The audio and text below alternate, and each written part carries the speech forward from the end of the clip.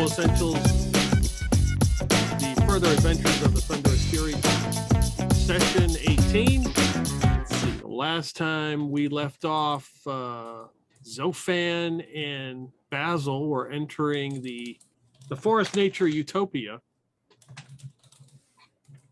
And you guys had been out collecting various villagers to join the Thunderous Fury. You have finally made it back. It's been about a week later. You have finally made it back to Mid Mtn. A storm off the coast, just north of the Sea of Treachery.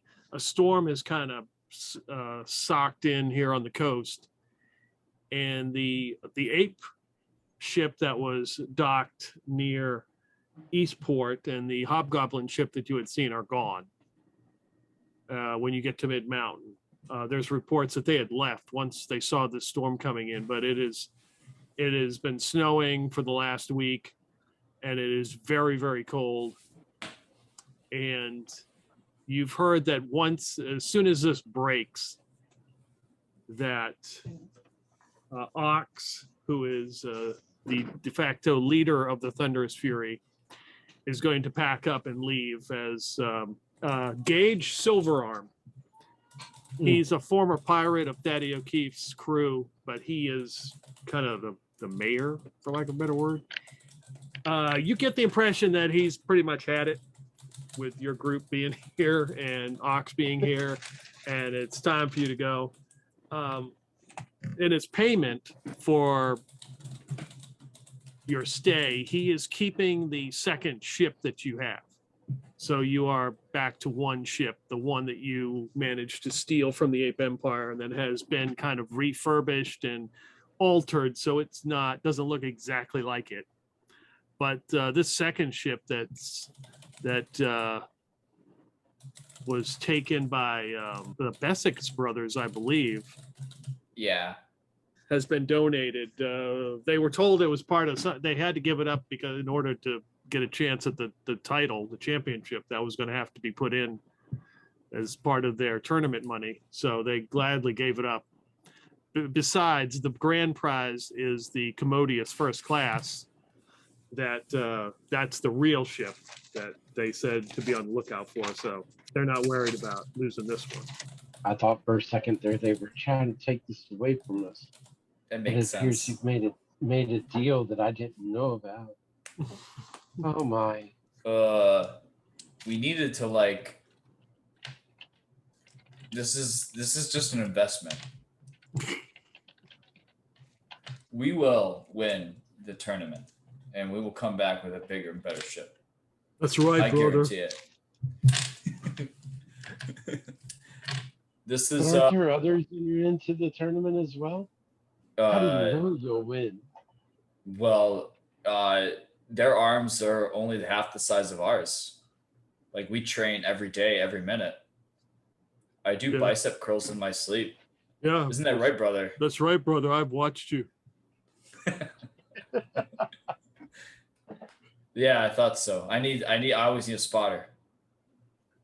We're training this guy too. Look at him. And he points over to this Basil and Zorphan would never seen this guy, but they point over to this. He is all wrapped up in like leathers and furs, and you can see he's got long gangly arms, and it almost looks like he's got a tail that's kind of sticking out. And you just see these eyes that are huge. They're like saucers, kind of looking at you. And he's got like a piece of like a chair, like a spindle in a chair that he's just trying to curl, and it's like all his effort he can do. He gets up there, and you can see now I forget which brother is which. Well, Brendan was who? Basil? He was ethics. Yeah, you can see ethics, like, you know, he's helping him, like he's spotting him when he's doing these curl. You'll get it one day. That's right, Pincher. He's gonna be huge. Yeah. One day you might even beat one of us, but not both of us. True. He'll be an honorary brother. Yeah. we can always welcome more brothers into the brotherhood. That's right, brother. I guess I'm not strong enough to be a brother. With these I am. little itty bitty arms of mine. Oh, I don't believe that, brother. Do you have extra spindle you can give him? You could work on your buys. I could see if I could scrunch some up. I'll be back. Maybe 10 minutes later. Basil would come back with some spindle and a what appears to be a couple barrel tops that have the holes drilled through the center of them. Here are some plates, and all you got to do is put the spindles in, and there you go. Like this is just gonna prep you for your training workout regimen while we're out at sea. It's the only way to stay sane. Oh, so what do I do with these? And Zorphan just begins to like demonstrate a bicep curl, just really flexing it with the spindle, because it's like this dolly. And then there's these two. You mean Basil? Basil, yeah. Basil is he's got this dolly, and there are these two like barrel tops that are sitting on this dolly, acting as like a makeshift dumbbell, which is really awkward because they're large. And he demonstrates bicep curls with perfect form. So are they actually fairly heavy, or is it kind of light? It's pretty light. It's like maybe 10 pounds. Oh, I think I could do that. Give me a strength. I believe in you. Oh, I need dice. All right, so I got to roll under my strength to try to do this. Yep. All right, I have a strength of 9. Oh, okay. And I got a 17. Just no, it's not happening today. So I reach over and I go down and I go to pick it up, and it's like I get it up almost to my knees, and then it's just like, oh, it's just too much, and I drop it and hit the floor and go, oh, you make that look so easy. Yeah, I train a lot. That's okay. This is like your first day, so it's okay. Oh, I think I'm gonna have to take a nap. That happens. Are my muscles supposed to burn like this? Yeah, that means they've worked. It's a good thing. That's impressive. I got to do like 700 reps in order for even to get any kind of burn. 700. Yeah. I don't even know if I could do 7 if I've lifted these things all year. Well, consider yourself lucky that 7 doesn't take that long. That 700's a long time. Yeah, that's real dedication. 700. Oh yeah, of course, brother. I know. You are interesting. This tournament, where do you expect it to be? Is this in town? Oh, brother, it'll be soon, I think. Ox knows where it is. He said not to worry. I still have yet. This is Zorphan. Okay. This is Zorphan speaking. Okay. I have yet to meet this Ox fellow. Is he around, or is he off doing charity for Mid Mtn? So you can see all these different people start collecting onto the ship as you're having this conversation. And you notice sitting at like right next to the side of the ship with a dagger, seems to be like carving. Now you can look like names into the side of the ship, like on the inside. He gets up, he's real skinny, and he's got like face paint. They've talked about some sort of ghost priest that lives on the ship, and this would be him. and he just kind of walks over to both of you, to Zorphan and Basil, and he's like, I don't think we've met. I don't believe so. I'm Zorphan. It is an honor. And you are I am Pujari. Pujari. That is quite an exotic name. Are you from around here? Oh, I live on the ship. You live here? Yes. You can see he's wearing like a very thin cloak. He looks emaciated, and consider how freaking cold it is, and it's been snowing. He doesn't seem to be shivering or cold. He reaches into his dirty, like, sack he's got, and he pulls out, looks like a deck of cards, and he starts shuffling them. And he fans them out. He says, take a card. You're one of the crew now. Well, all right. And Zorphan will take a card. So if you want to Yeah. roll a D22 roller, roll. I got an 18. I got a 6. Basil reaches out timidly and like he thinks about trying to take 2 cards, and he goes ahead and he sticks with 1. Okay. So Zorphan, you pull out your card. There is a picture of a man in like royal robes, and his face looks old, and he is making some kind of gesture with his hand. And Pujari says, the Emperor. The Emperor?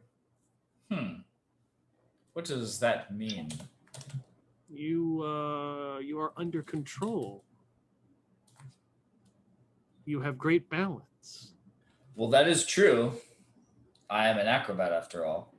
Balance is my forte.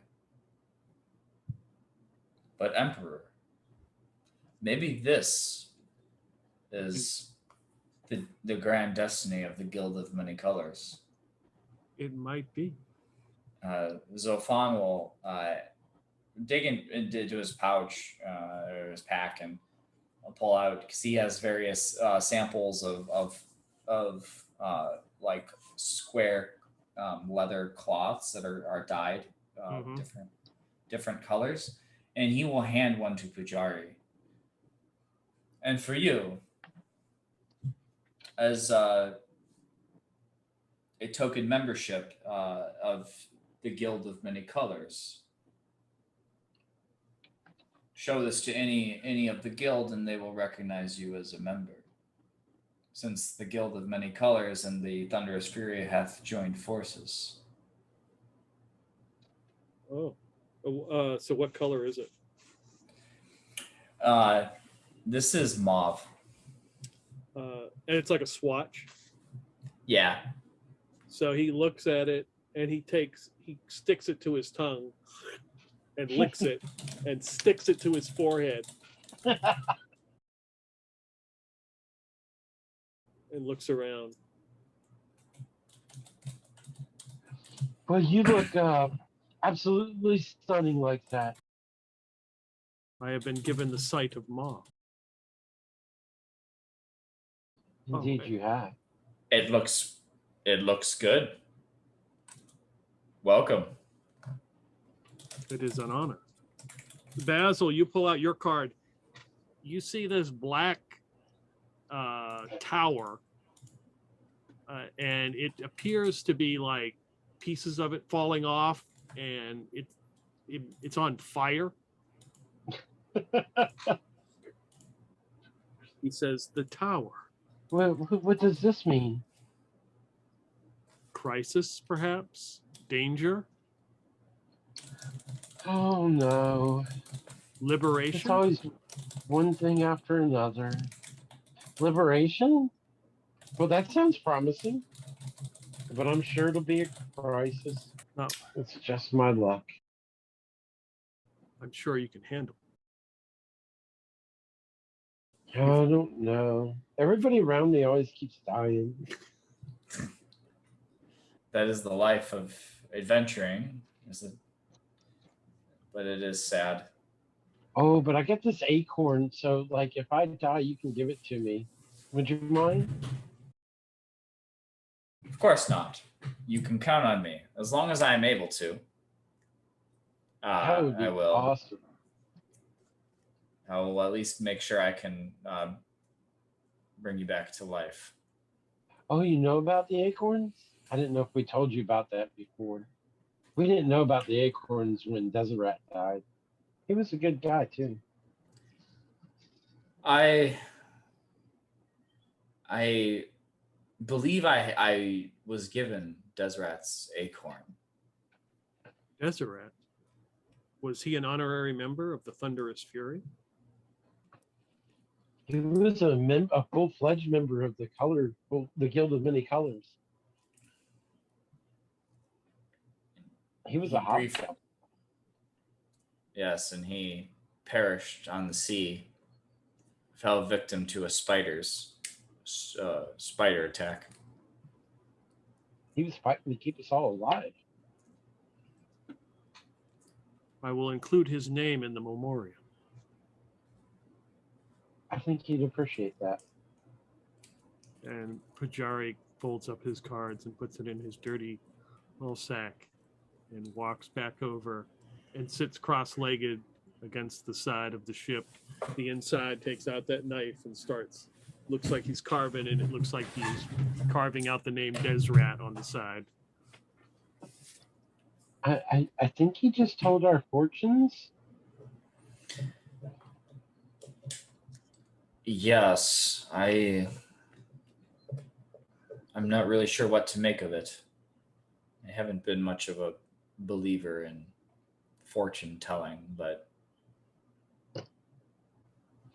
I don't know. I wonder if that stuff works. I mean, he said crisis and liberation. Do you think it does? I don't know. I've never had my fortune told before. Well, I am sure that wherever we go, there will be crises to be averted. Unless we stay here. Or that sounds kind of boring though. Yeah. Did you see how thin he was? I don't think they eat very well. Yeah, we should ask Ox about that. As captain, I expect that he has a handle on food prep and supplies, and especially given that we'll be departing soon. And I am sure that he has already thought of the next moves that we will make and how much food we'll need to get there, and some to spare in the event of inclement weather. I sure hope so, because man, that guy, I could see bones under his skin. And I thought I was skinny. Well, I mean, I'm not sure of his beliefs, but perhaps he chooses to eat the bare minimum, and it's not indicative of the conditions of the crew, but rather of his own personal compass. So there's different people coming on the ship, and Pujari again sits down.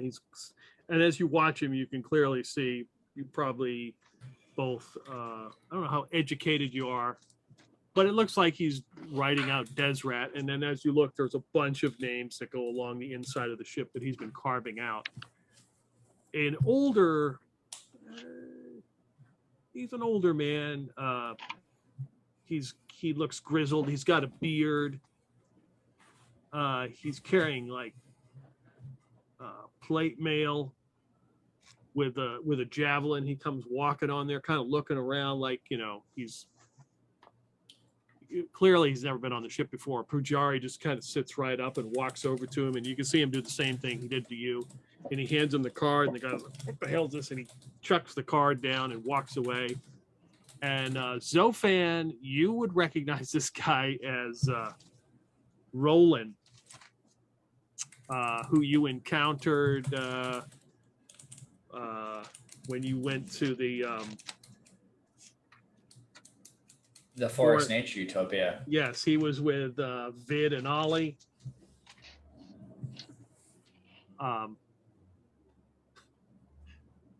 You got in a fight and he took off when they died.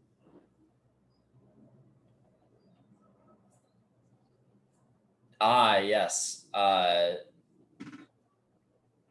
looking through my notes on him.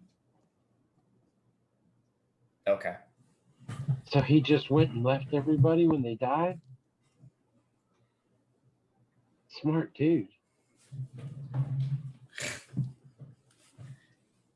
He clearly has a knack for surviving. And Zorphan will go up. Roland! Long time. Oh, you. Yeah. Oh, I remember you. Yes. I remember you too. I remember this, the last I saw of you, or last time I saw you, your back, it was your back as you were running away into the distance. Well, you know, Ollie, I don't know why Ollie turned on us.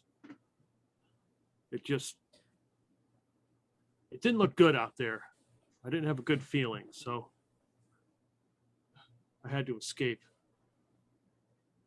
But all's good now. I got some coin and I've been hired on.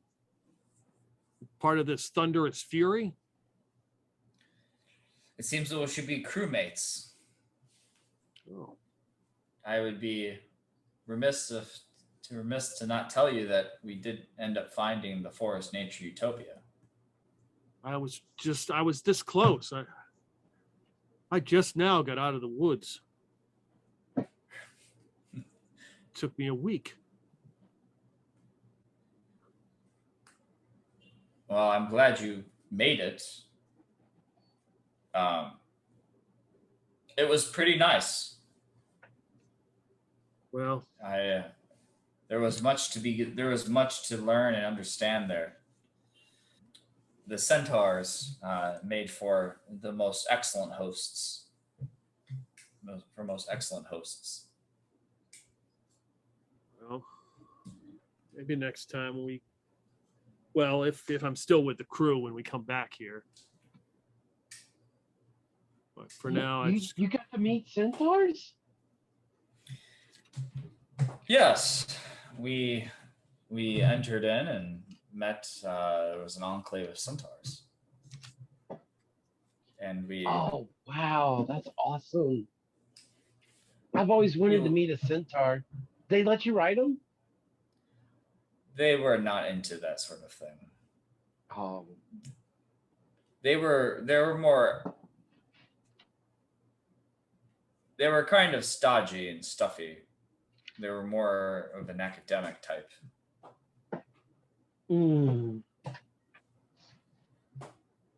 But I always wanted to ride a Centaur.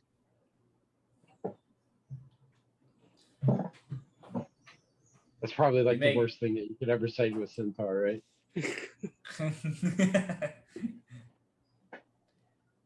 You may get your chance at some point if we stumble across one that doesn't find the proposition insulting. I heard they're good eating. Good eating? Is that what you were searching for? Is that why you're searching for them? No. Just, what I've heard in my travels. Well, surely you wouldn't try to eat a Centaur, would you? I wouldn't try. I mean, I guess if it was already cooked and served to me, I probably wouldn't turn it down. Oh, okay. I would never want to try that. I don't think I could either, especially given that through Nethira. Ashira. Ashira. Yeah. Through Ashira, we were. It's by Ashira's blessing that we're able to be standing where we are today. At least. Okay. And like Zorphan looks around to see if there's like any ape empire, like just like or any authority figures. No, not here. For the town. Yeah, that would be kind of bad. You do spot an ape as he is tying the ropes, tying the sails and stuff. He's like feverishly like tying up the sails and getting all the rigging set up. Roland goes to like put his gear down below and walks in the complete opposite direction, almost off the boat before somebody stops him and turns him around, and then he comes walking back, literally like guides him to where the stairs lead down. He's like, oh, okay, yeah. And as you can see him walking, he's like gathering his equipment. He's like, what's this? And he pulls that card he had thrown away out. He's like, what? And he chucks it, throws it out again. And it lands on the ground as he goes down below. I guess Zorphan would like walk over and pick it up to see what it is. It is the Empress. Ooh, I wonder what that means. It is a woman, very similar to the man. You had the Emperor, right? Very similar to the man, but much younger. She, is a much younger woman with like wearing like a crown and got very long flowing hair. Well, isn't that something? I wonder if that's a good thing or a bad thing for him. The least we could do is return it to him and place it in a place that he's not expecting so that he sees it. So I guess Zorphan would like. Do you think he'll know what it means? It doesn't seem like he particularly cares, but it might be a fun prank to play on him. We'll have a lot of time on the ocean. This is true. We really will. So I don't know if this was such a good idea. I haven't had much luck on boats. What happened the last time you were on a boat? That's when Desrat died. The attack of the spiders happened on the boat. Oh, that's right. The last time that I was on a boat before that, everybody got kidnapped and some of us died. And I couldn't even get up on top of the boat. Like I was swimming around trying to get in and then get involved in the fight. As soon as I got up, everybody was dying. I had to jump out again. No. Like every time I get in boats, everybody around me dies. And then I end up swimming for my life. And now we're going to go out to the deep sea. How am I going to swim there? Well, at least there won't be any spiders out there. Oh, this might be the crisis that card was talking about. Oh, the liberation is going to be the liberation of my soul from my body. I'm going to die.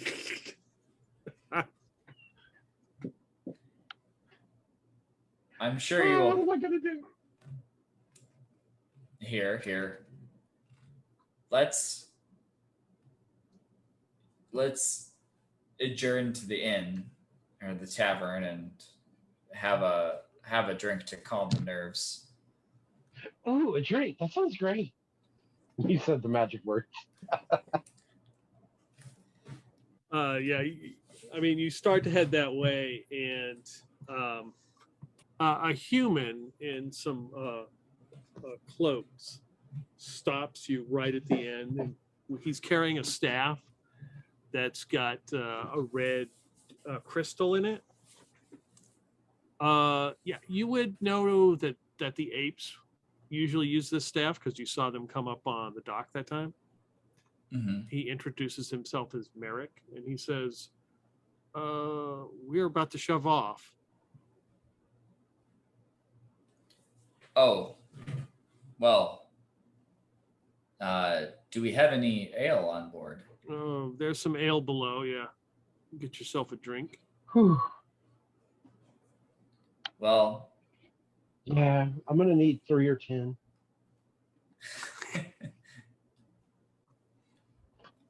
well then, let's go see what we have in stock, and head down there. I'm just imagining it's like even though like we haven't left yet, it's still like just like not great. I imagine like Ox being a total cheapskate and just like getting like not springing for anything good, like just getting like the lowest grade, best deal he could find. Yeah.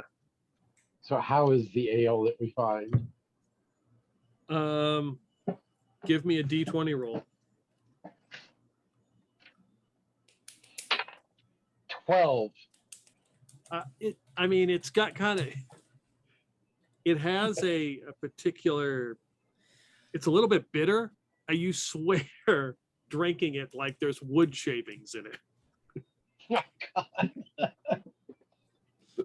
God. What's this shit floating around in here, man? Like, really? The bitter's not so bad, but the particulate matter might be a little much. Maybe you have to be at sea long enough for this to taste good.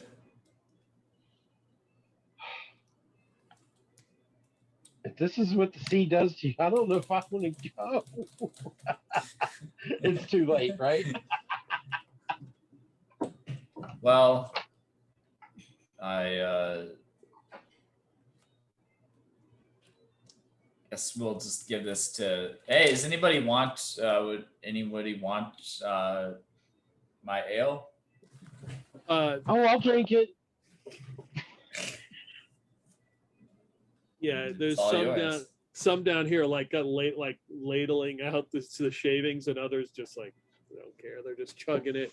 You see them spitting something out. There's lots of it down here. Well, at least there's lots.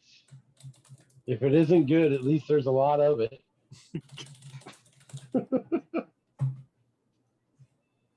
So well, and we'll just need we can come up with some sort of straining device. Mm-hmm. We'll have time to make sure that we get at least the particulates out. Hey, give me one of those colorful swatches you got. We can like take the empty cup, pour another cup of ale through it, and that'll get these things out of there. We could try that. It's leather, so it might not work terribly well, but we could try. Oh, it's leathery. It's not gonna work. Oh well, it was a thought. So Dustin, give me a D10 roll. 5. Okay. So you guys are out at sea. The first day, it's just there's a little bit of a wind and some light rain.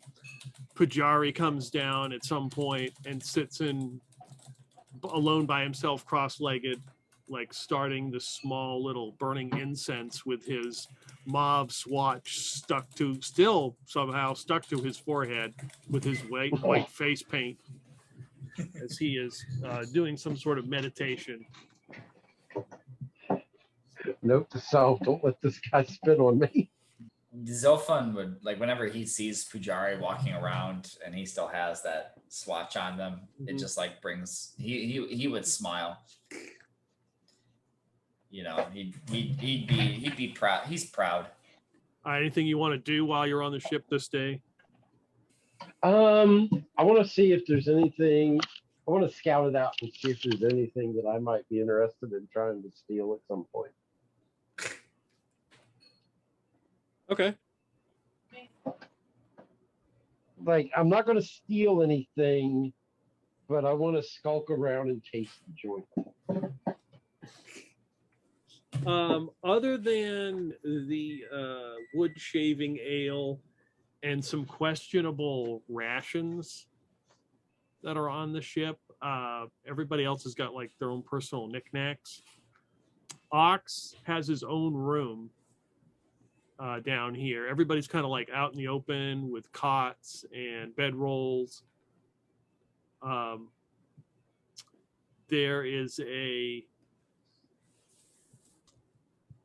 there's a little dog that runs around, and a dire shrew that you notice is next to some big hulking woman who's off alone by herself. A dire shrew. Yes. Wow.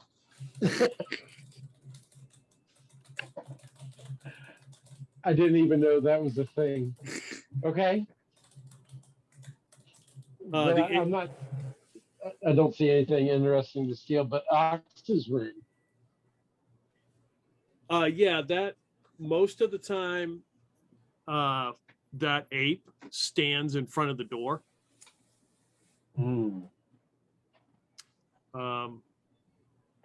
And sometimes Roland will get up and go in and talk to Ox.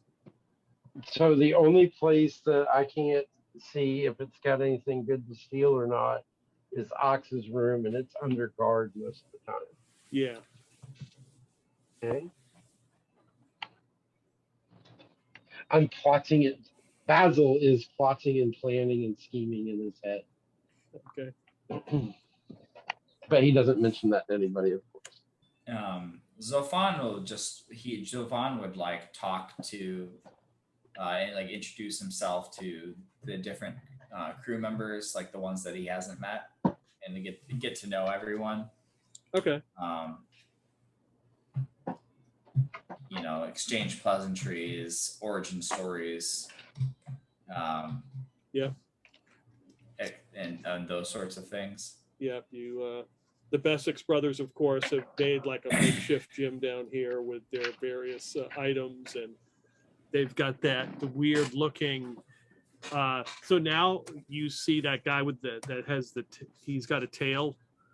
You see him much better now. He is like pinkish color with these big, huge, bulging eyes and a tail, and he's got blue splotches on his face. And at times, it almost looks like he blends in with the background. Like you see, like if he stands near like a barrel, it almost looks like he just turns the color of the barrel. But he doesn't do it all the time. And then, of course, he's still working with that spindle, like they're having him do reps. Yeah. Does it look... So it doesn't look like it's human? No, he's got like nodules on his head. If both of you want to make intelligence rolls, maybe you heard. Got a natural 1. I got a 10 on my intelligence is 15. Okay. These are some kind of reptilian, chameleon-like creatures that obviously are rare. I mean, you don't see them much often. But with your natural 1, these guys are definitely from the Underdark. And it's really weird because they are so colorful. And what he is doing here, who knows? So either he was lost or escaped from somewhere or something. From the Underdark. Zophon would... I think he would go to the Bessex brothers gym, and he would try to go there when they're not there, but they're always training. Right. Yeah. So like it's busy pretty much all the time. And he would see if like he would see like if there are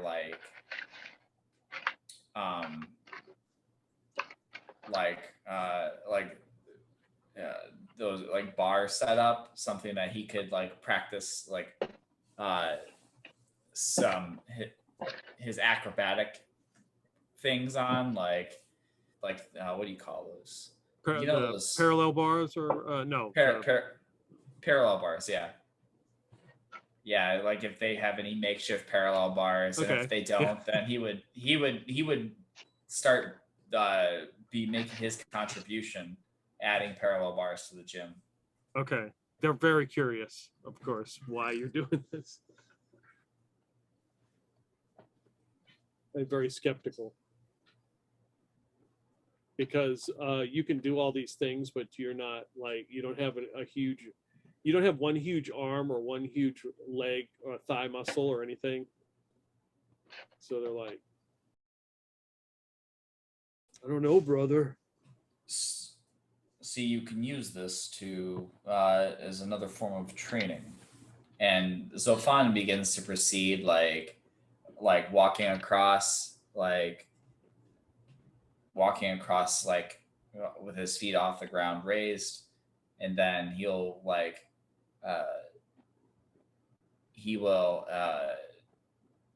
flip up so that, you know, he's doing like a handstand and walks across like that. Mm-hmm. And he'll like show off and do a couple dips while he's handstanding. You don't have to be strong to do that. Wow, brother. I'm gonna try. You think you can do that? Well, if we're gonna win the Commodious first class, we have to. And Basil would attempt to get on, and then just do it with one arm. Yeah. With his right arm. Well, that makes sense, brother. I think that's his issue, brother. He trains with both arms. He needs to focus on one. Yeah. Not unlike Pincer here. Is that Pincer or Pincher? Pincher. Unlike Pincher here, he's got the right idea. Which arm is Pincher training with? His left arm.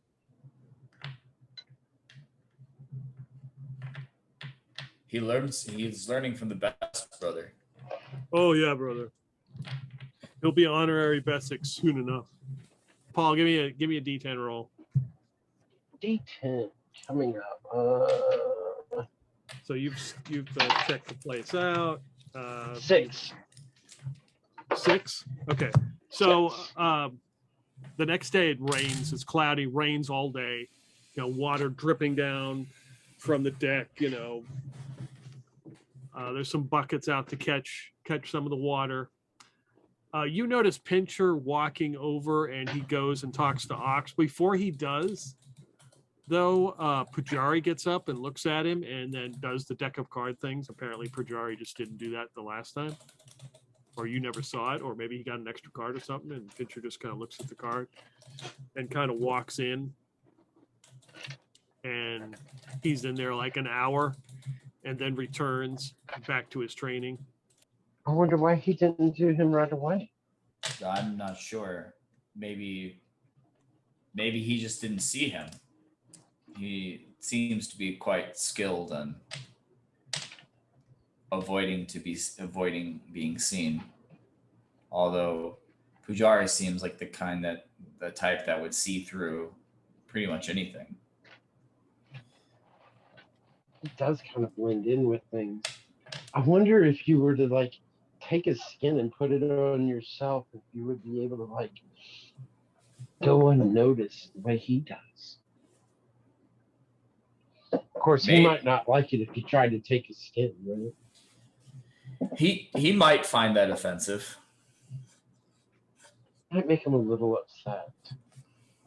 Hmm. You'd have to do it while he's sleeping. And presumably he wouldn't feel anything. Oh, of course not. I mean, you don't feel anything, do you? Have you tried taking my skin? Do you think Because you would feel that? if you have, then I haven't felt it. Oh, well, that's great. I'm glad you didn't feel that. But no, your skin wouldn't be useful like his skin would. Ooh. We could develop our own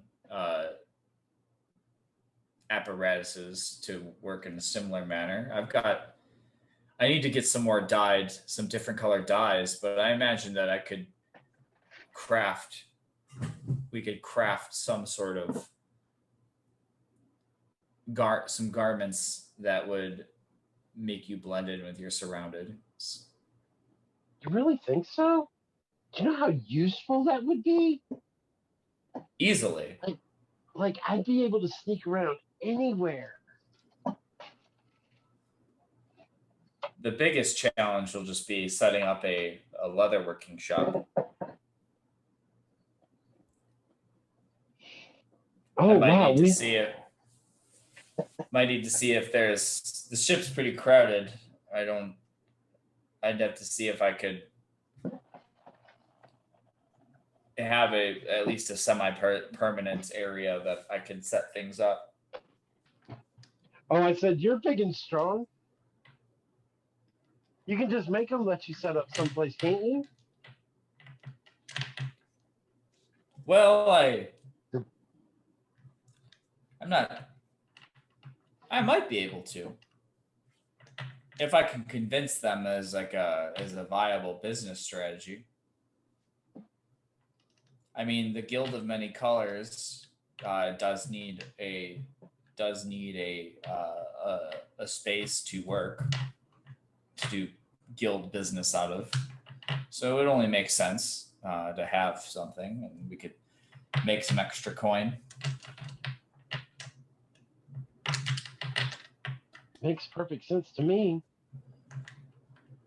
So Zorphan's gonna. Sorry, go on.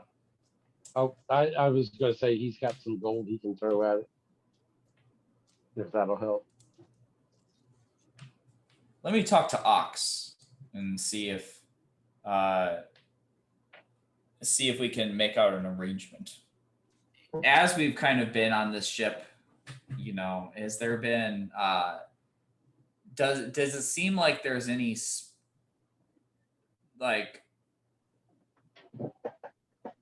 does it seem like there are any spaces that are like unoccupied that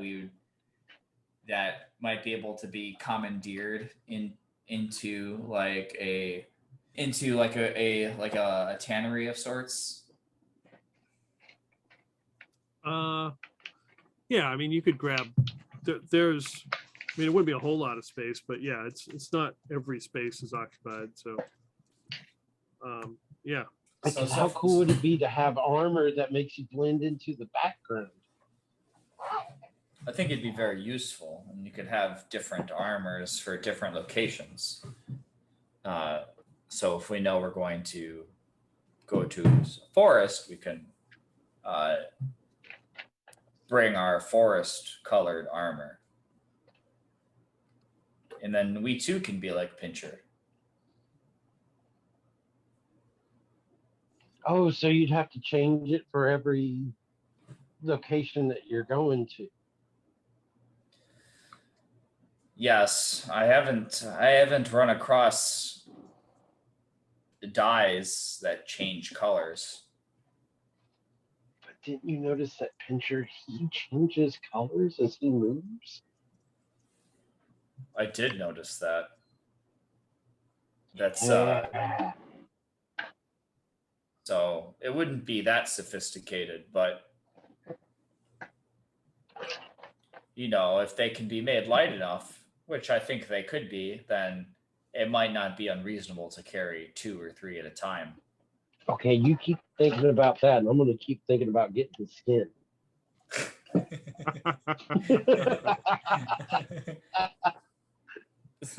Zorphan, like this is the first that Zorphan, or like you mentioned like his skin, but I guess he was just thought you were kidding.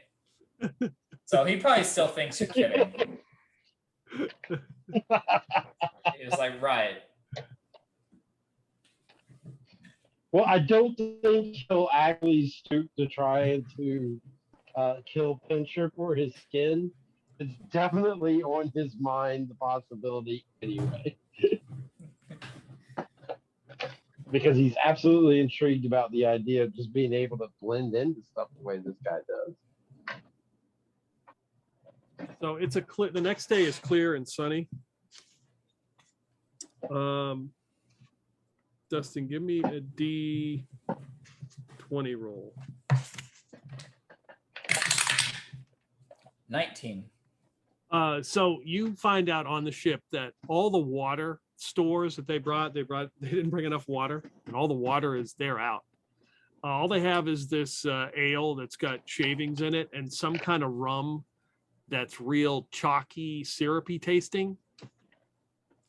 They thought was the water, but it wasn't.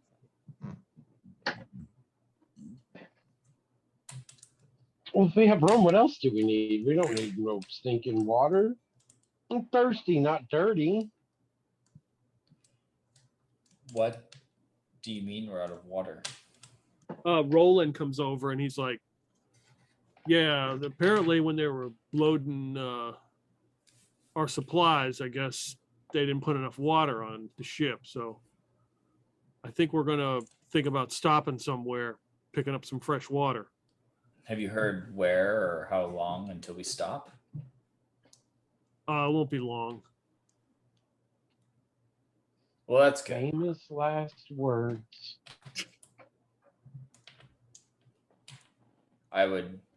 That's good. I would hate to be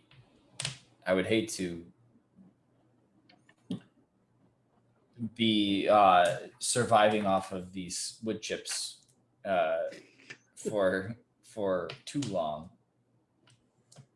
We would be useless in a fight or in a scuffle. In fact, we could be more than useless. We could be detrimental. Hey, listen, you're describing me in a fight already. Let's not draw attention to this, okay?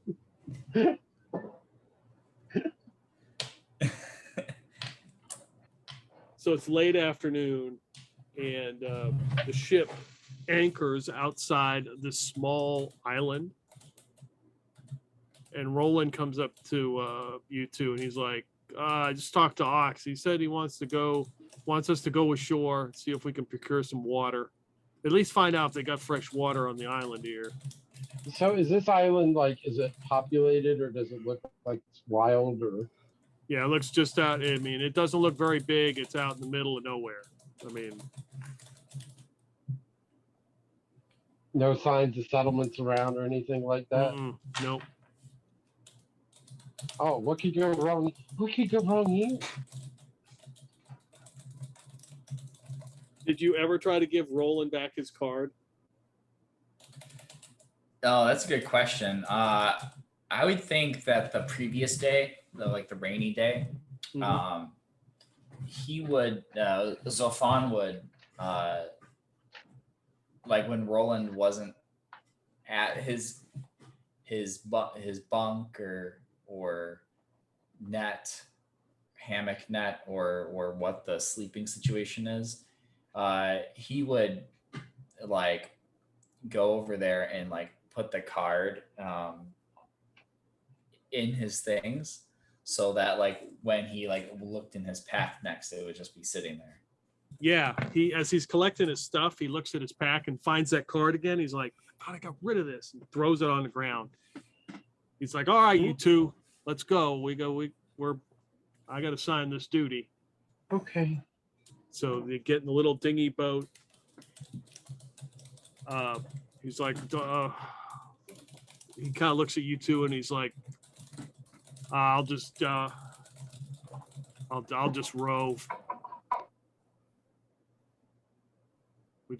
And he's got some wineskins and stuff. Figure if there's water, they'll probably just come back and get more stuff, to collect more stuff. It's just a check. So he starts rowing, and it doesn't take any roll to figure out he's going in the opposite direction. He's headed out to sea. He is going completely away from the island. He's like, man, we got hard to get there. Roland. Let me row. We're going the wrong way. What? No, we're not. We sure? Which way is positive? Oh, okay. Okay. Here, I can. Yeah. Take Why over. Why am I rowing anyway? I'm in charge of you two. You row. Yeah, you just relax. Yeah. Yeah, you just keep thinking that. Does Basil say that under his breath, or like out loud? Not that under his breath. You begin to row towards the shore. Yeah. Right. And Zorphan's got a strength of 11, so it's not terrible. Probably enough to get us to shore. Okay. Well, you're stronger than him. Yeah, he didn't seem Probably like he was smarter too.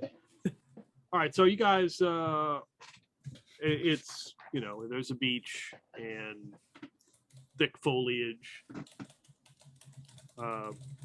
Doesn't look like any sign of life. All right, let's just split up, see if we can find some water.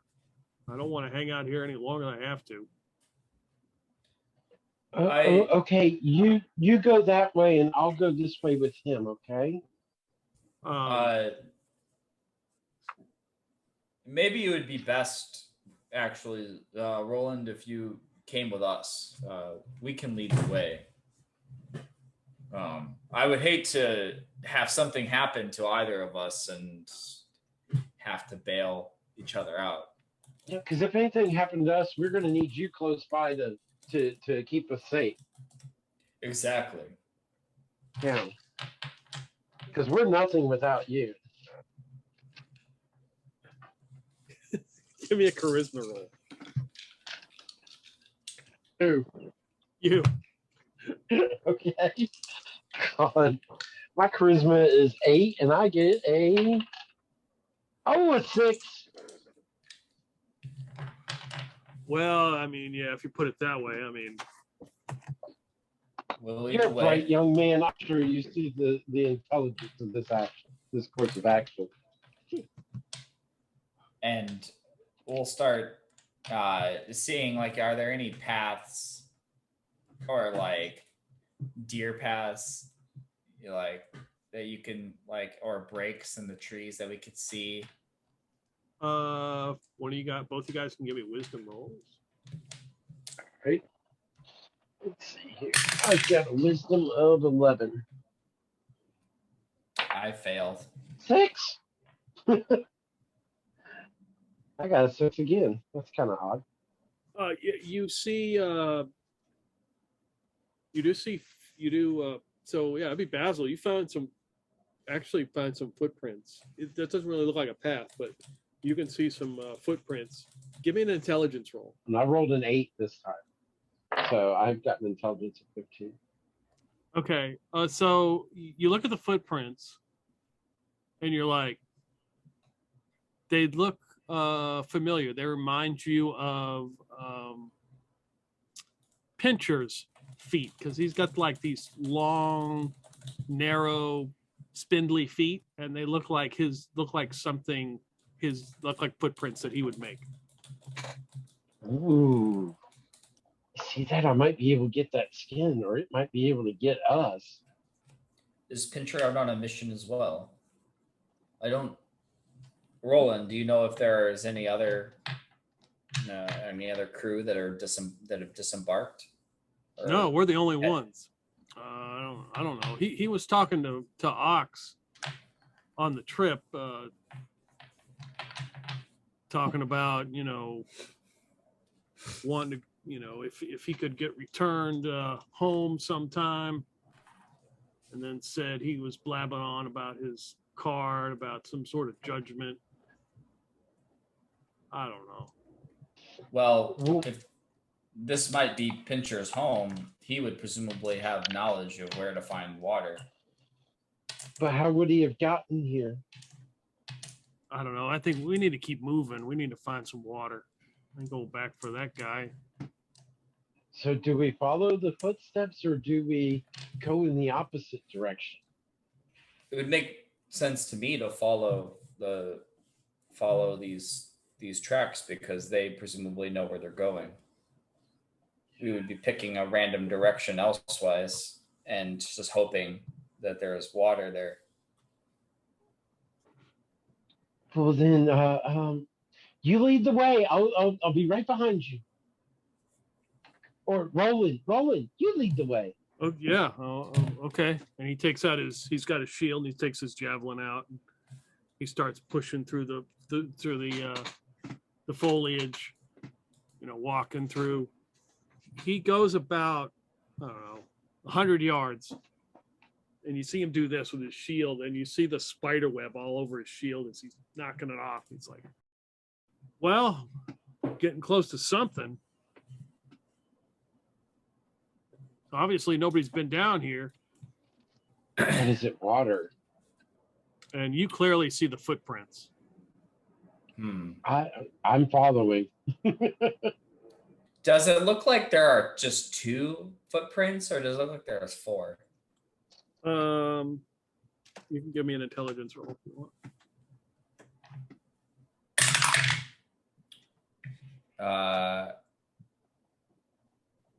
I did not make that. It's hard to say because it's kind of sand, and it's not like wet dirt or anything. So Roland, as he scrapes the some of the spider web off his shield, and he continues to move on. You go about another 50 yards, and he's doing this. He comes up to some kind of spider webs. He does that, and this black spider comes down out of the foliage right after him. Why is it always got to be spiders?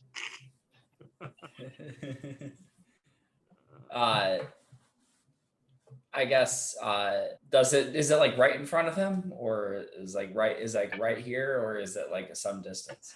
It looks like it's coming like right on top of Roland.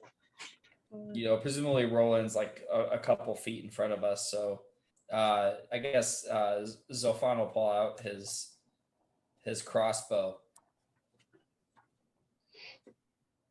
and take a shot. The creature will get an attack on Roland as he is surprised. Then we'll roll initiative. Spider, as you see, I roll a natural 1. This may be a very short combat. Percentage die 8. So if the spider could embarrass itself, it just did. As it epically fails and misses, like biting him, and actually gets kind of tangled in its own web. And we will go with initiative. So let me tell you what Roland has no plus to his initiative. His dex is 10. So Fawn's got a +1. I rolled a 4. I guess Sylvan will go first. Okay. It's a 3. All right. So the spider will go first and attacks Roland again. That time is definitely a hit. It does 5 damage. Uh-oh. Roland gets to make a... Ooh. So Roland is hit, and the thing bites into him, and he winces in pain. He's like, oh. You guys are up. But does he die? He's still up right now. Okay. How far into the webs are we? You guys have not reached. I mean, there was a couple webs that you ran into, but they weren't much of anything. This is, you can see now there's more webs up into the canopy. I'm backing away from the webs as far as I can before I take a bow shot. Okay. Like, 30, 40 feet, whatever I can do. Okay. I'm putting some distance between me and that, but it should still be short range on a bow shot, right? Yeah. Yeah, it should be. So I rolled a 12 with a +1 for the range and +1 for my dex. That should be a 14. That's a hit. Cool. 1d6, right? Yep. Short bow. 2 points. Big numbers. Yep. You see an arrow fly by, hits the spider. And Zorphan's gonna follow suit. Okay. He's gonna back up, save his 3 hit points. And that is a most definite miss. I rolled a 5. Okay. Don't forget, you do have hustle points that you can re-roll or do something cool if you want to. So you don't have to use it. Just letting you know. So Roland, who has been bit, you can see he winces in pain, and he lashes out at this thing with his javelin, I believe. Actually, with his bonus, that's a hit. So he does 4 damage as he just hits it one time. It is the top of the round. We go again. I rolled a 4. So either Roland or Basil. Okay. Do you I'll have, go. I got a +1 to my dex. nice. But I rolled a 1. I mean, it landed on my keyboard and rested on my pencil, but it clearly said 1. It attacks Roland and misses with a bite. And Roland does this. He puts up his shield and it hits the shield. And then Roland looks kind of woozy and he just collapses to the ground. Oh no, not Roland. You guys are up. Zorphan's gonna take another pot shot, and that's a 13. That's a hit. It's a D6, right, for a short bow? Yep. That's does no, that there is no attack bonus. Attack bonus. Does the dex modifier add to attack bonus, or is that only to hit? I don't remember. Oh, you mean damage? Yeah. Yeah, it does. If it adds to damage, I should get another point of damage. I don't remember. I'm trying to remember now too. Yeah, my sheet says 0, but like I could have just not have filled that in correctly.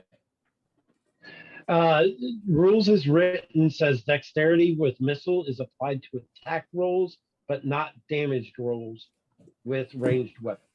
There we go. Right. So that is 6 damage.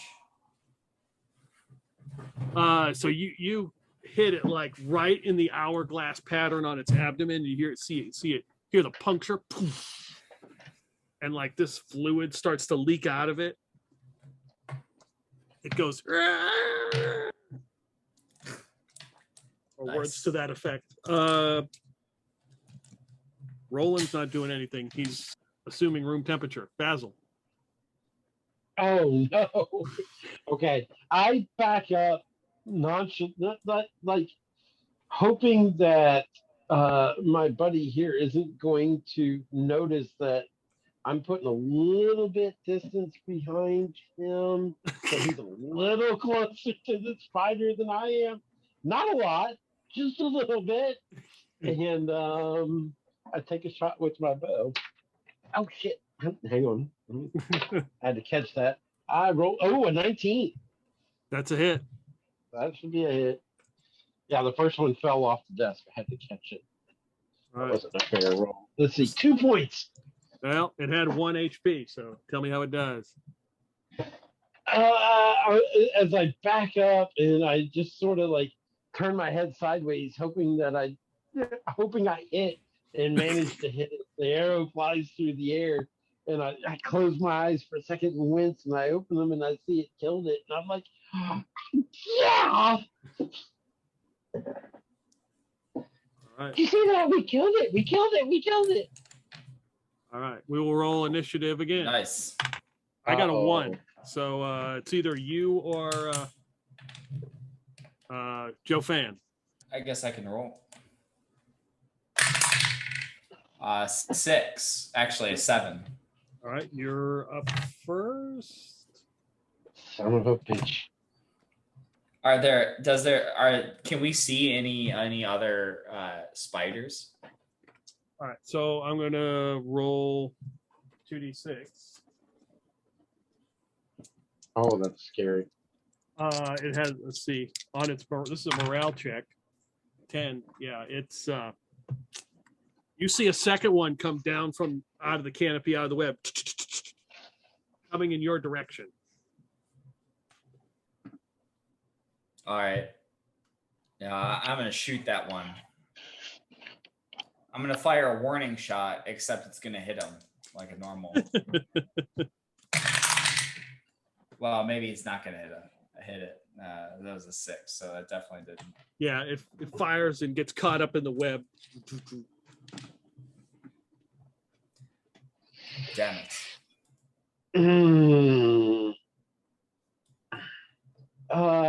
Do I notice any others around? You could give me a wisdom roll. Okay, my wisdom is 11, and I roll a 8.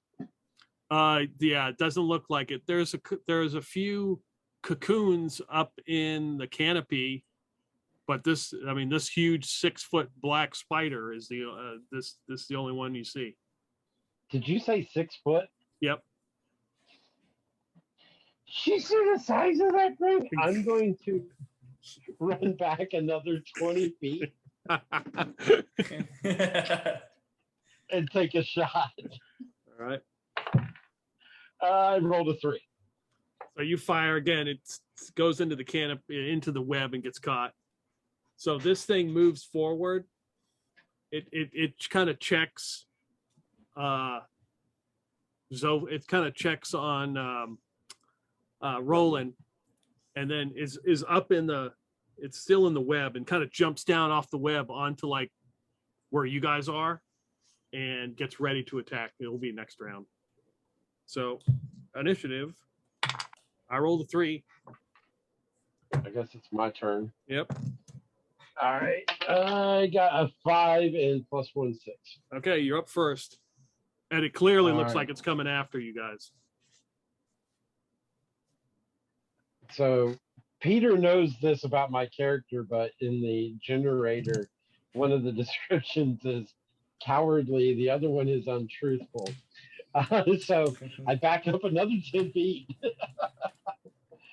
I'm trying to make sure that I've got a lot of distance between me and it, and that there's somebody else closer.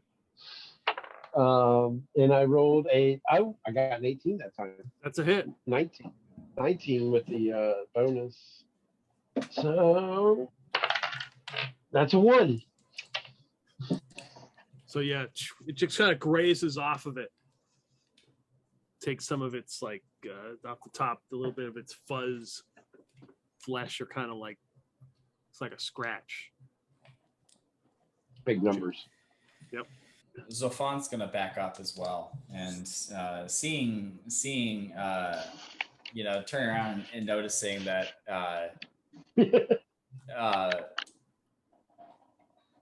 Basil is going. Yeah, Basil is backing up. He's like, oh, it's a good idea, and he's gonna like continue follow Basil. So like kind of like walking backwards, but he's gonna stop and fire. I'll unleash another bolt towards the spider. So that's a 17. Yep. And it does 3 damage. Yeah, you hit it, clearly hit it, and it stops for a moment and kind of looks at you guys and then darts into the foliage off to the side. And everything gets very, very quiet. Jovan, I think it would be a really good idea to de-ass this situation right away. We will roll initiative again. I rolled a 2. Your turn. I got a 7. Okay, you guys are up first. This thing just kind of bolts into the foliage off to the side. It didn't come straight at you. I don't have the rule set that has... I have the classic fantasy rule set, but I don't have the rule set that's got the acrobat in it. Okay, I do. All right. Advanced. The advanced, yeah. I backed the Kickstarter, so I will have it, but I don't have it yet. Okay, what do you need? I want to know, like, because I have acrobat skills, which means something. So, which actually means something in this game. So, I have evasion. Yep. It says when retreating from melee, an acrobat's ability to tumble negates an opponent's usual +2 bonus to hit. And I have hide in shadows. Yep. Hide and let's see. You have to be motionless. Yeah, hide in shadows, you have 10% chance. And move silently. I'm sorry. What's climb sheer surfaces? So like if there's like a rock wall or something, it's a percentage. It's pretty high, but there's really no obvious surfaces. I guess there might be like a nearby tree. I guess we could count that if you're looking to do something like that. Yeah, what I was thinking was trying to climb up a tree. Mm-hmm. And see if you can spot it, or to see if I get a vantage point. Okay, so give me a percentage roll.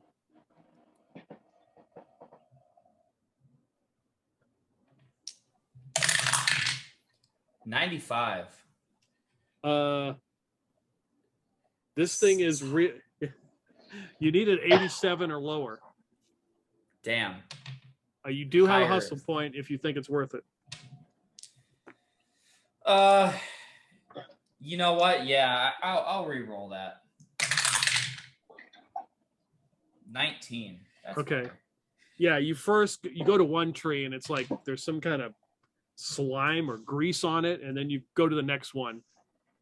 They're not very. Doesn't have a huge trunk, just enough that you just shimmy up this tree. If you want to make a wisdom roll to see if that's what you're going to do, try to look for it. Damn, I failed that. Yeah, it's pretty thick in here. I mean, and it obviously knows its territory. Yeah. Basil. I have given my buddy my best advice. So, as a player, it sort of makes me feel kind of bad to run away from a situation, because normally I'm always about, hey, everybody rules. But as a character, my character is cowardly, and he's going to de-ass this situation as quickly as he possibly can. He's running for his life.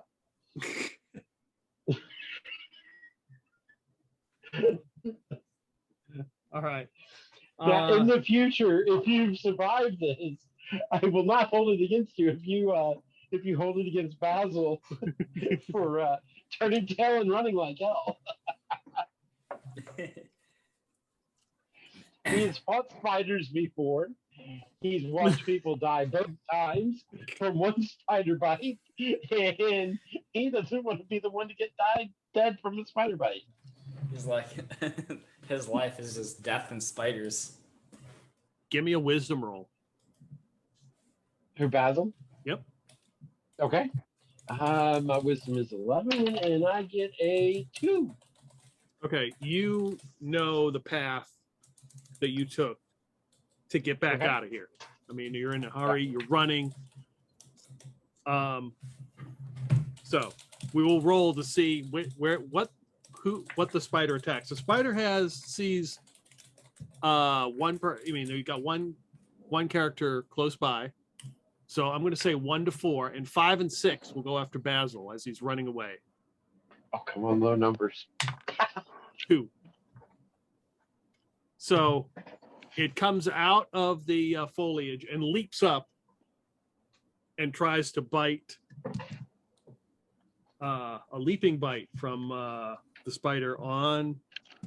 Where's my D6? Oh, D6 on Zorphan. That is a mighty 2. Oh, it does have a plus though, a +2. So that make it a 4, and you missed out on that 1 point of damage. So it is not very graceful as it leaps out of the foliage and like snaps at you and goes back down and is on the it's on the at the base of this tree. And we have initiative. I think it's your turn. Okay. I rolled a 3. I rolled a 5 plus 1, 6. All right, you guys are up first. I've moved my distance. I think is 40. Okay. And so I'm definitely still trying to de-ass the situation. So I'm going to move another 40, but turn around and look. And if I can see the spider, I'm still going to take a shot. But I'm just trying, my main goal is get the hell out of here. Can I see it to attack it from roughly 80 feet away? 80 feet would be. Give me another wisdom roll. Okay. Oh, come on, low numbers. This will be when I roll high. 15. So there's too much. There's too much foliage and stuff. You've made too many turns that you don't see anything. Oh. Okay, next round I'm going to creep back up, but that'll be next round. Okay. Zorphan. Because there's still strength in numbers. I don't see my friend either. He's gonna load a bolt and shoot it in the mouth of the spider that's below him. All right. It's a 16. That's a hit. Ooh. And that's 3 points of damage. Oof. You got it. So it will come after you as it goes to. Am I able to climb higher in this tree? Yeah. So I would try to get a little bit of distance between us. Like seeing that I hit, I would then try to move up maybe to the next branch. Okay. Yeah, it with ease just goes right up the tree after you. Oh, that's a 9. Look at that. +2, 11. Does 11 hit? 11's my AC, so I think so. You take 3 points of damage, and that's enough to drop drop Zorphan. Flies up there and snaps. Okay. Boy, this is familiar territory for Basil. Oh God. Initiative rolls. I rolled a 5. Okay. I rolled a 4 plus 1 is 5. Okay, you go first. PCs go first on attack. Okay.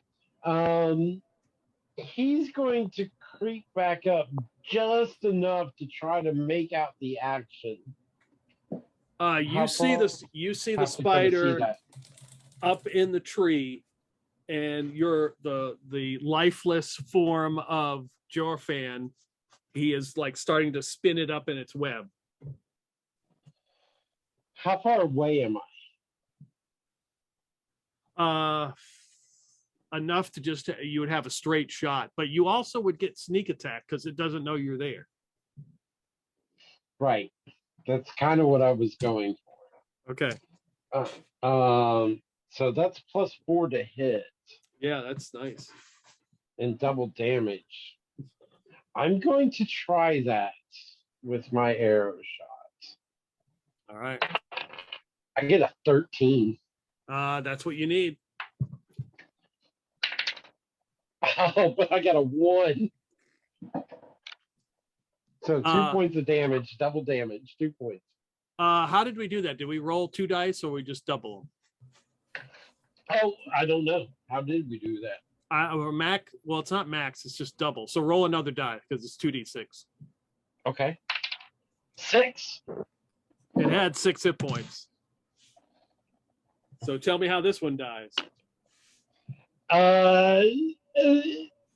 The arrow takes it right in the tail, and as it takes its life, it also severs its web, and it falls down to the ground with a splat. Yeah, it splats, and Zophan's body bounces down and lands right in the slime. It's like partially being, he's like partially covered in the wraps and everything, in the webbing. And then I take a few minutes and watch and see if any other spiders come out. Nope. I'll slowly approach I light a torch. There you go. That's a good idea. Okay. I light a torch, and I've got a flask of oil in my pouch on my hip ready to pull out if I need it. Okay. And I cautiously approach Zorphan. And when I get to him, I search him and see what he has on him.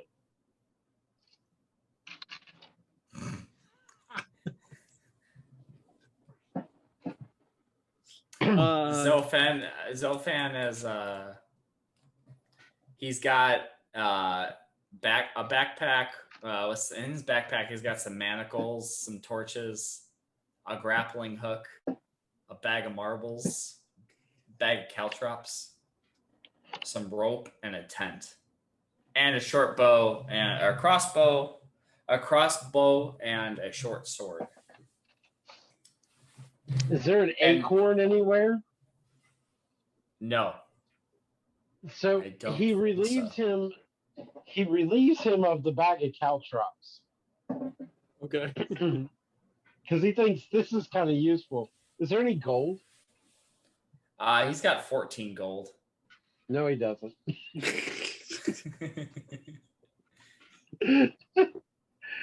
And then very, very reluctantly, he begins to start to walk away after relieving him of the gold and the caltrops. And he looks around. He's like, oh, there is strength in numbers.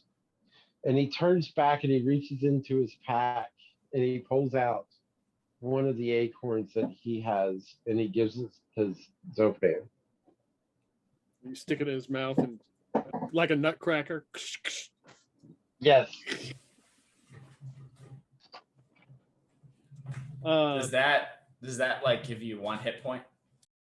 Yeah, you so Zorphan, you are in a forest, a beautiful forest. There's a mist, and you see a centaur walking towards you, and it gets very, very close.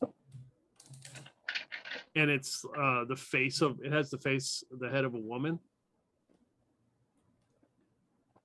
And it reaches out with like a staff.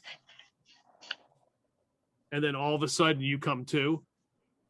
And you immediately, as you come to, you vomit like projectile vomit. This black slime shit like everywhere. Just like instantly feel better. Oh, this forest is different than. Did I die? Listen here. When I tell you to de-ass a situation, that means let's run. So, can we de-ass this situation now? Is that what DS means? That is what de-ass means. But before we do that, let's go and check Roland's corpse and see if he's got anything magical or gold on him.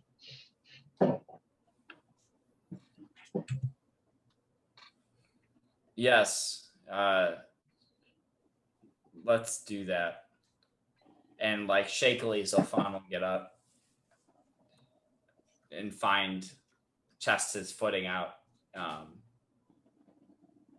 Yeah, I mean, and starts to follow Basil's lead. okay. So yeah, you can see Roland is dead. He's already looking really, really pale. Like he's been afflicted probably with some sort of poison. Well, yeah. I think Basil would have figured this out. Like, this is like his third rodeo with spiders, isn't it? Yeah, I randomly rolled, and that's what I got. So,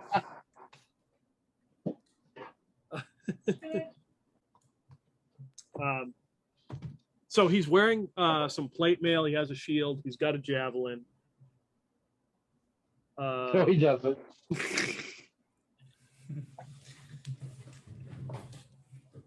He's got. Let's see. He's got 65 gold pieces. No, he doesn't. And as you're searching through his stuff, you realize he's got a card on it. A card? Yeah, like the cards that you were given. Okay.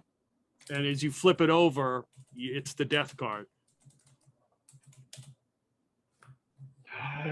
Look at this. The fortune teller knew what was up. They knew it was a crisis, knew there was death. What was your fortune again? I was the emperor. What did he say that emperor meant? Control and control and prosperity. Oh, I'm sure you'll be extra prosperous sometime. But his card wasn't the death card. I saw it. It was the Empress card. This one looks like the death card to me. That's odd. There's something to these cards then, because it most definitely wasn't. Hey, do you have any use for this this armor he's got on him? It would be too much of a hindrance for me, but we might be able to sell it. I can't wear it because I'm not that strong, but I can definitely drag it along behind me and try to find somebody to sell it. I'm sure we could find someone willing to purchase it. Absolutely. Is there anything else, William? And you said there were some cocoons up above. So he's got a backpack. He's got 50 feet of rope, a large sack, and a water skin. Is there any water in it? Yes, it's about half full. Definitely take that since we're short on water. It's what we came here looking for. Can we hear water nearby? You do hear a creek running, yes. Like you hear water running. Which direction? It's in the spider web. You can see there are 2 cocoons in the spider web, and you can hear it. You can hear the water. It's towards where the spider webs are. Well, we found water. Perhaps we should get the others. If there's the need to drive more spiders out to get access to it, then it's get best lots to of have people to come in here and fight them. Yes. Yes. Somebody other than us. Yeah, we can, bring up the rear. or not come back at all. I think, but maybe we should check what's in those cocoons first. His greed is getting the best of him. Does it look like there's any way we can get the cocoons down?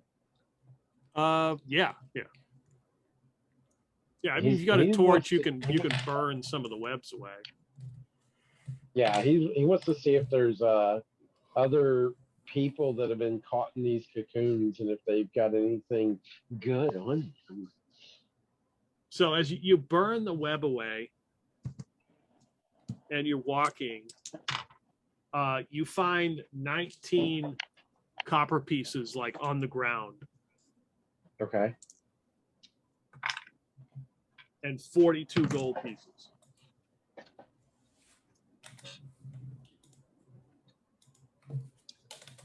And beside this cocoon is like a broken chest. It's not really a treasure chest. It's probably it's a couple feet long. Go ahead. Zorphan will try to open it. Yeah, it easily opens. It's broken. Like you try to open the lid, and the lid like comes right off. And you see there's like 5 or 6 tiny spiders in there. Oh God! Set them on fire. Yeah, you easily kill them and burn them. Okay, so Zorphan, give me a D100 roll.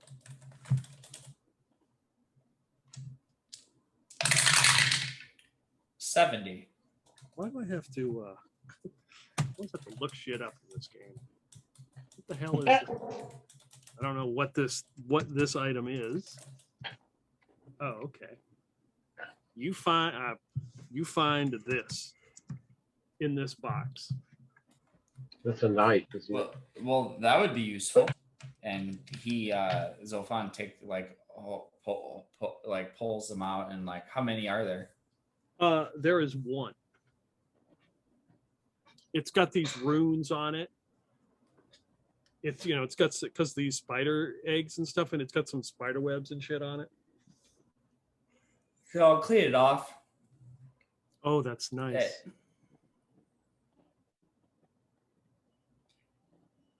What's saying that? Appears to be the item.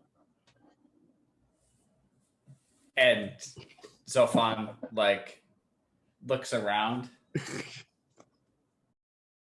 What's nice? Oh, it's nice that you're cleaning me off. Who said that? And looking around. Who are you talking to? Don't you hear that voice? Do I hear the voice? Yes, you do. We're gonna say you do. That wasn't me. Yeah, I heard it. That's why I'm asking you who you're talking to, because I don't see anybody. There must be somebody around here. Hello? Is anyone here? I am right here. Does the voice like emanate out of this? Yeah, now you realize it emanates out of this weapon. Hello. Wow, are you a talking kunai? I am sentient. Well, I'm Zorphan. Pleased to meet you, Mr. Sentient. I am Chihai.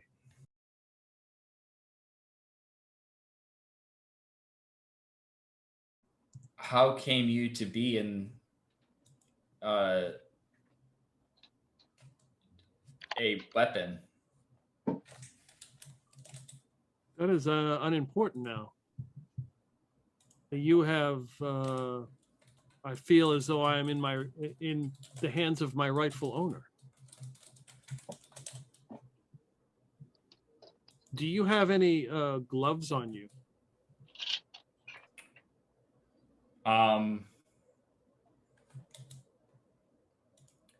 Not on me, but I can fashion some when we get back to camp. I prefer I prefer to be handled with clean gloves.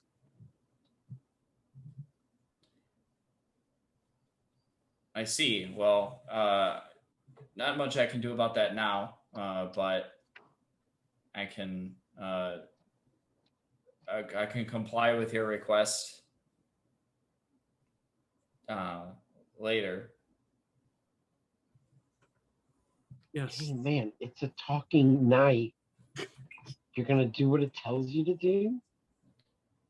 Well, I mean, it doesn't seem a terribly unreasonable request to wear gloves when handling it. Okay. All right. So, how long have you been here? Far too long.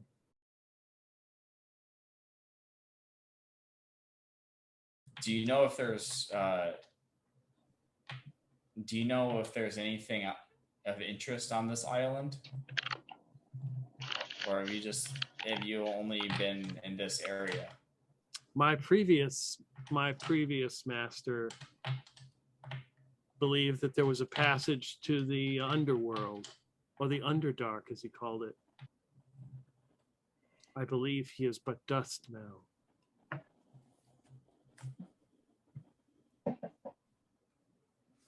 This makes sense. I suspect that's where our companion might have gone. Or he might want to go there if he's not actually here. That might have been something else like Finch. It's very true.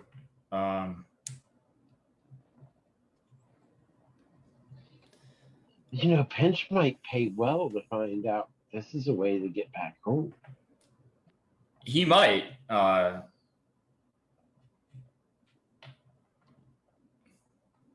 I'm sure he already knows.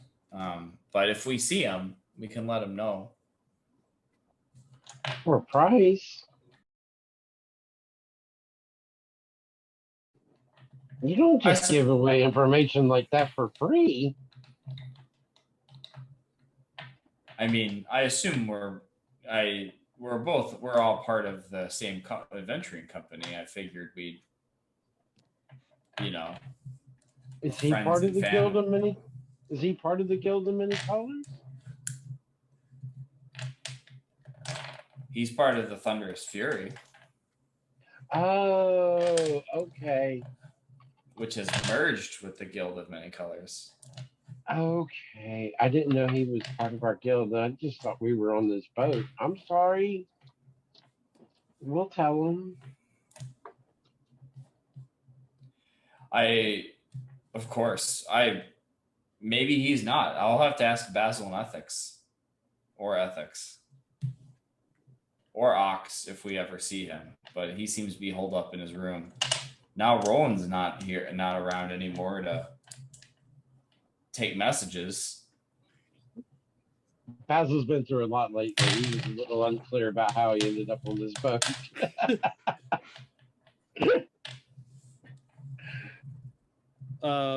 Basil, you want to roll D100? Sure. Let's see here. There's that one. There's that one. I'm going to get 006. Low numbers. That's going to be good or bad? Nowhere in between. You find a flask made of bamboo. It's about 6 inches tall. A bamboo flask. 6 inches tall. That's a big flask. I open the top and I smell it. You don't smell anything. It appears to be empty. There's no liquid or anything inside of it? Mm-mm. Oh. I reach a finger in and try to feel around. It's dry. I close it back up and put it in my pocket, I guess. All right.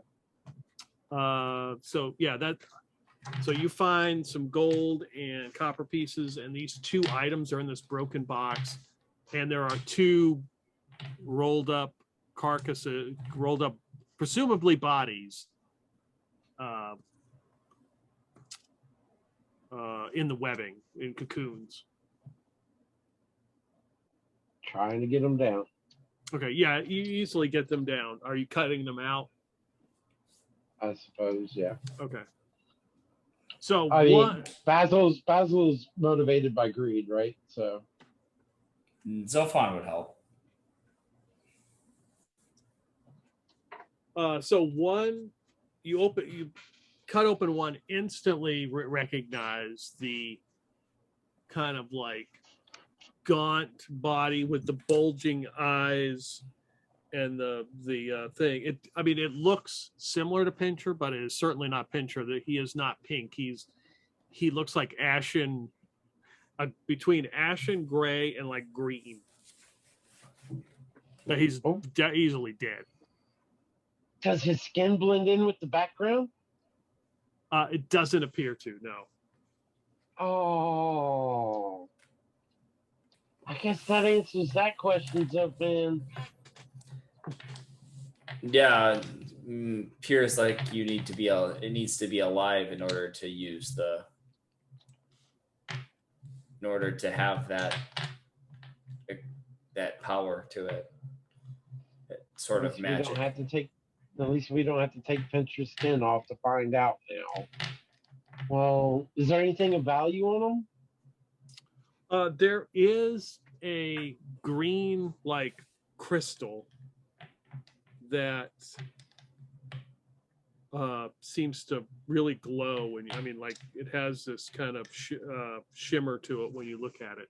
Now you know that in this world, crystals usually are magical, and that's where magic comes from, for the most part. Now whether this thing is magical or not, who knows? It doesn't mean all crystals are. It just this is pretty nice. I shout out, "Ooh, shiny!" and I pick it up. Yeah, it's pretty substantial. This might be useful to sell. I bet we could get a lot of money for this. Ooh, that sounds good. And anything on the other one? He's definitely going to search. Yeah. So you cut open the other one, and it's got these kind of black and red robes that are tattered. You can see where it's been, obviously the spider bit into it. It looks human. Its skin is just gray, very gray. It's got these like tattoos around its eyes that go down all the way down its face, and tattoos around the mouth. It has its head is shaved. Sounds like a shaman of some sort. Does he look like Does he look like Pujari? That's a good question. No, he doesn't. Pujari wears like white kind of face paint, and this guy's got like tattoos around his eyes that are black. And he obviously, even in his dead state, looks probably next to Pujari, probably looks healthy. This never seen this before in my life. It's like a different sort of. It's a different sort of tribe than the one Pujari comes from, I'm sure. But there are some cultural, I don't know, maybe he's heard of it. If we can bring back the head, Pujari might be able to identify its clan. You want to cut off his head? Is there any money in that?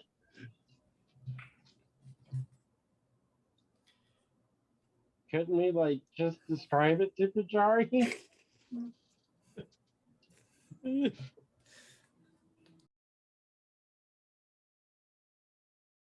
Does it look distinct enough that one could describe it? You know your character better than I do. I mean, how? Well, Zorphan doesn't have any sort of parchment or letter or any sort of materials that one would be able to write with, unless like he drew some blood and used that, but that wouldn't be very useful here.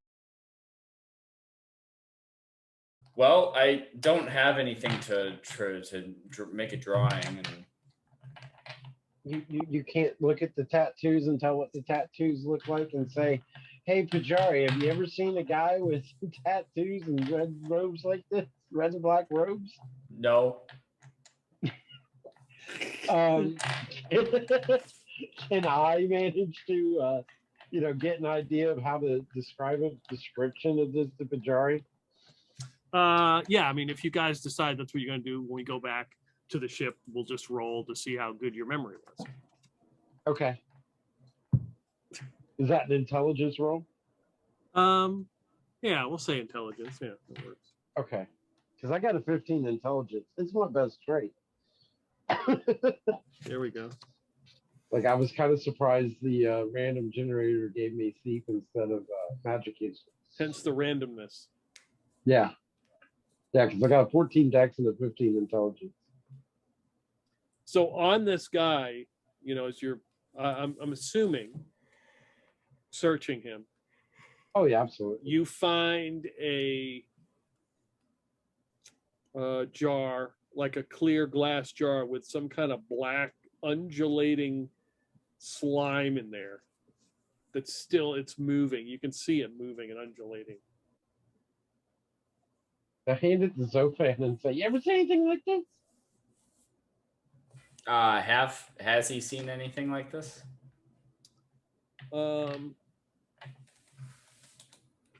Give me an intelligence roll.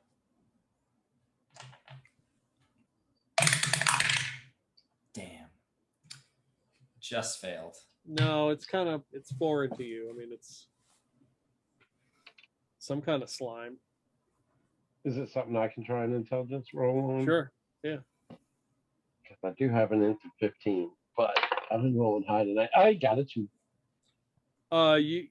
You've heard of like black slimes and oozes, and that's kind of when people have described encountering them, that's what this looks like. It's just really small. This is probably something that would be pretty dangerous to open up. Do we want to take it with us or just kind of like leave it here? Well, as long as there might be some way to open it up and throw it at somebody. I think it would be useful to keep it as long as we can keep it closed.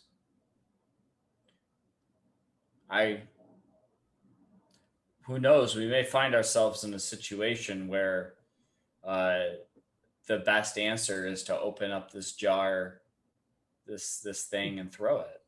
Does it look like it will stay sealed easily, or it's ready to just pop open at a moment's notice?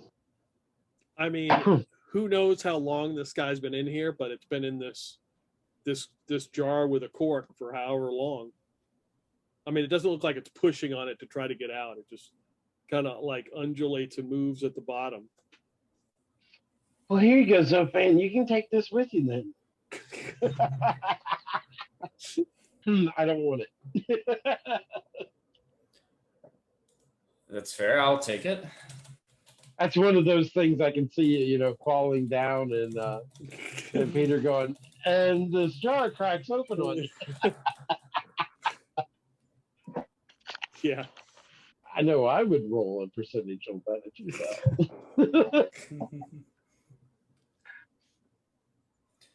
We should return to the crew and let them know that we found water. Oh, yeah, that's right. De-ask the situation. Yeah, let's get out of here. Yeah. And, I will hobble along. Okay. So, yeah, you make your way back through this jungle area. You've Basil would know. Even in his panic state, he found the way, leaving the body of Roland and the two other people you found with your stuff, and you get in the rowboat and the dinghy and start rowing back to the ship. The sun is beginning to set. It's getting dark, and the wind's blowing. You smell the salt in the air as you get to the ship, and they're helping you up. Curious if there's only two of you come back. Pujari is, of course, on the deck waiting, and everybody's like, "Oh, where's Roland? What happened to him?" We ran into some trouble with. So good news. He found water. Found water. Everybody's like, "Yeah." Bad news. There are a couple spider cocoons near the water source, near the creek. Okay. So we'll have to go in and clear them out. Yeah. All right. Yeah. Everybody's like, yeah. All right. Also, one of them got Rowan. Well, we got to get him. He's dead. Okay. Everybody's like, dibs on his stuff. Dibs. I don't say a word. Yeah, you guys can dibs his stuff. It's cool. Nobody pay attention to this sack of plate mail that I'm dragging along by. Yeah, you've got a big bag.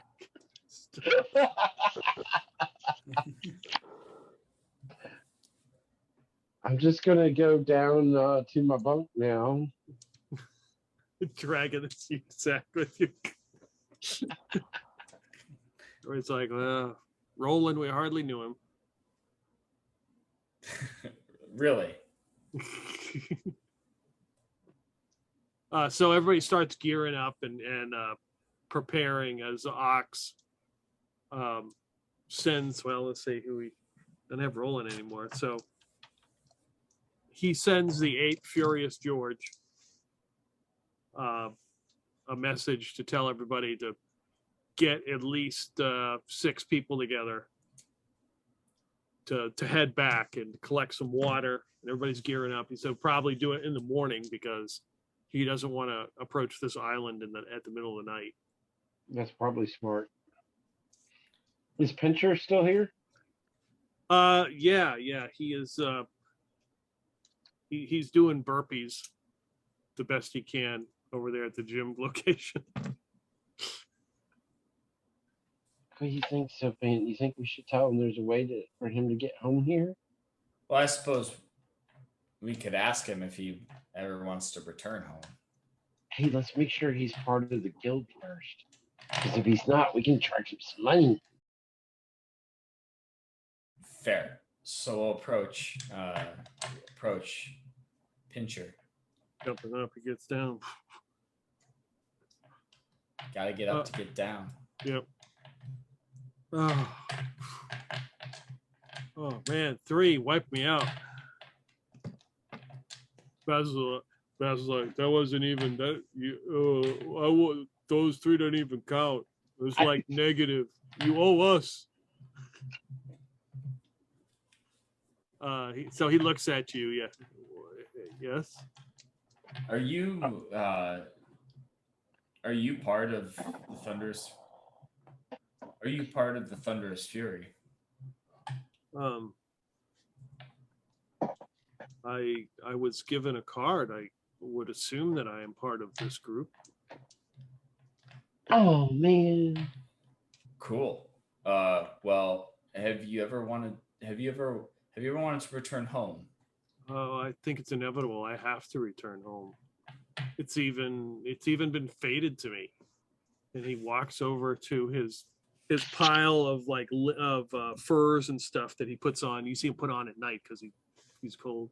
And he pulls out this card. He's like, judgment. I have to return for my judgment. It's inevitable.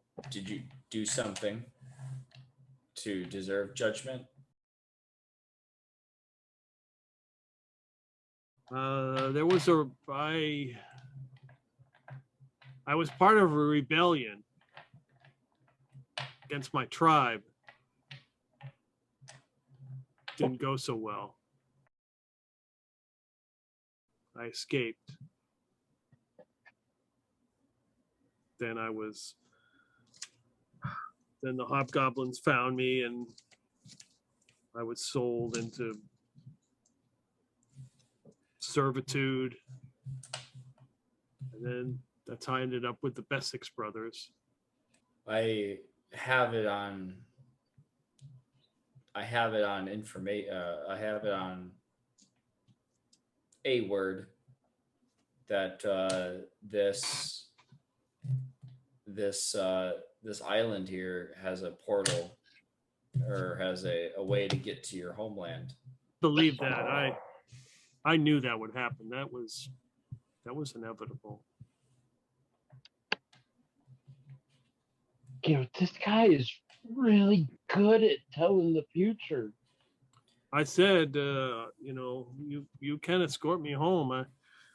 And he walks over to his pack and he pulls out a blue violet crystal, similar to the blue spotches on his pink face. And it's got a very similar geometric pattern that the one you found. He said there are many of these where I live. They may be of some worth to you here. You can take as many as you wish. Well, since you're offering, I would be happy to look at a few and see if there's any that catch my eye. Oh, where I'm from, there are so many.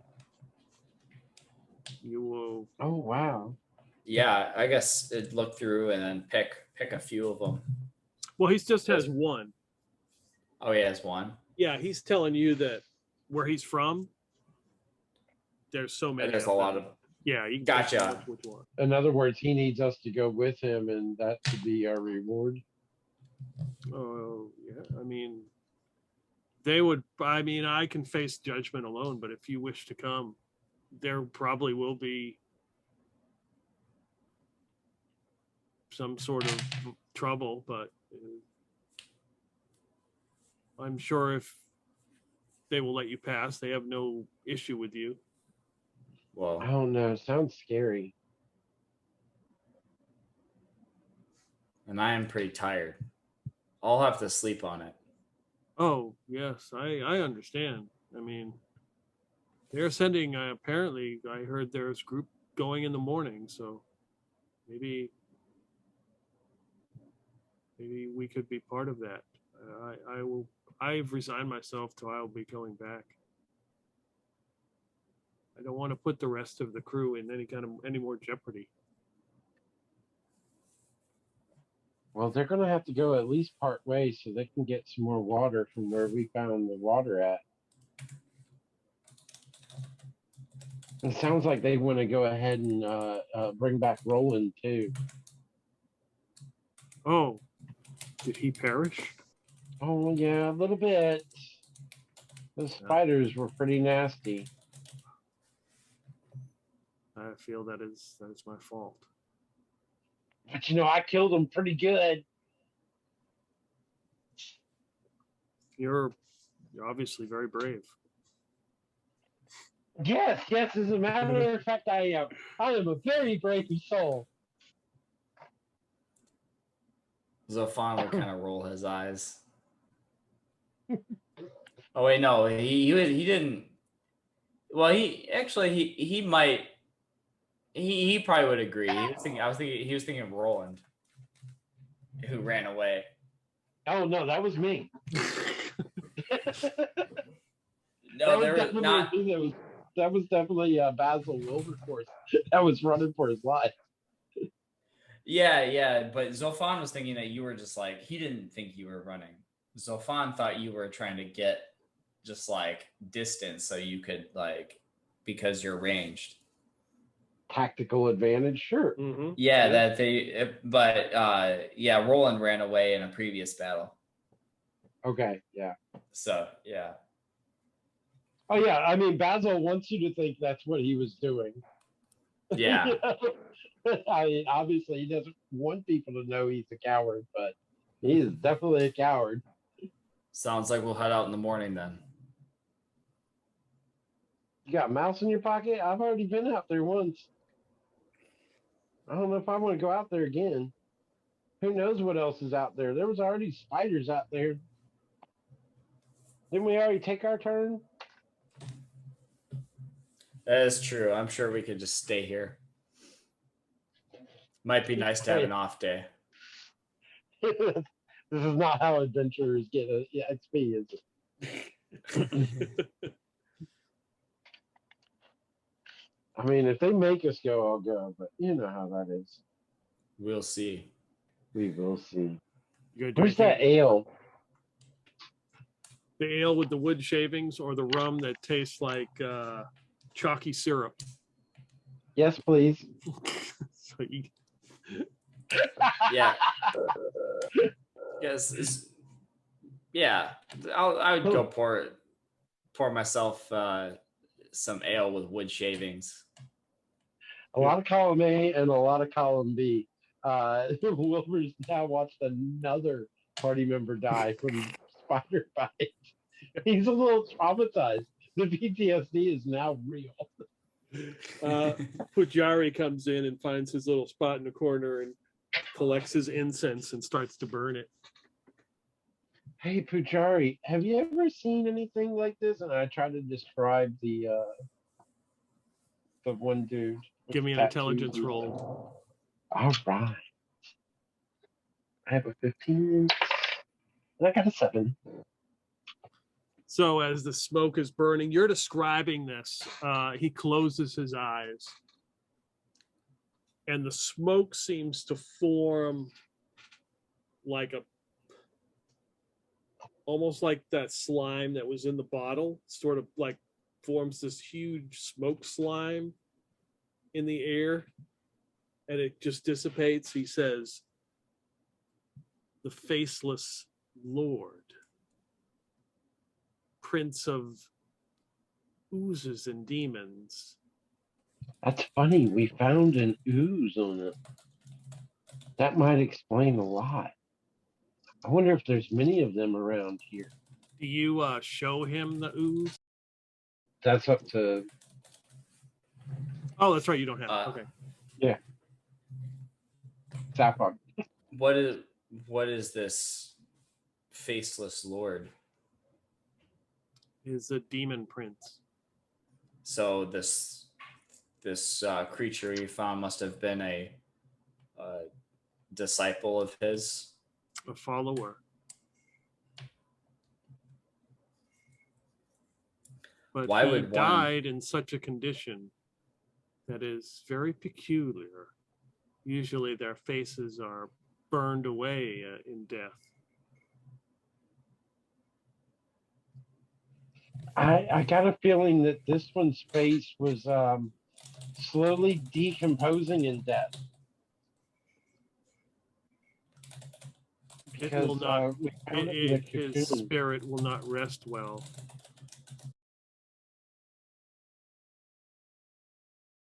I feel like this is something I can live with.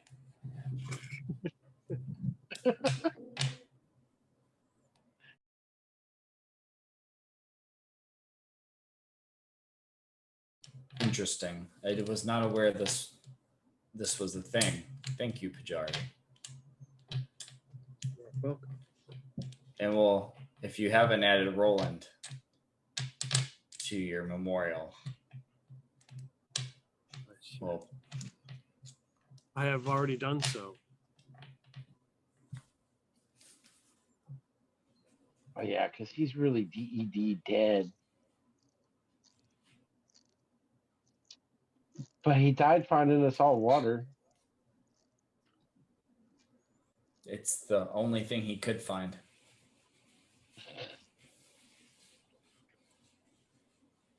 I mean, it took us to get us to the island. I will not speak ill of the dead.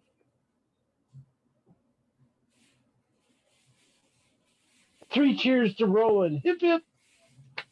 hooray! And then Raise- I like filter some out and like pour it into my hand and like lap it up. And it's at that point Pujari gets up and he takes out his dagger, obviously that it's been using for carving. He walks over to one of the water barrels that has the ale, you realize, and dunks it in there to wash it off, and then walks back. Hey, you know that's the oh, that explains a lot.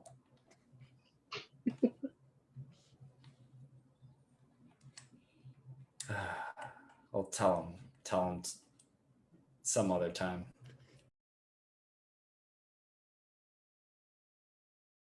Yeah, that's like, you know, that's probably how this all got in here, right?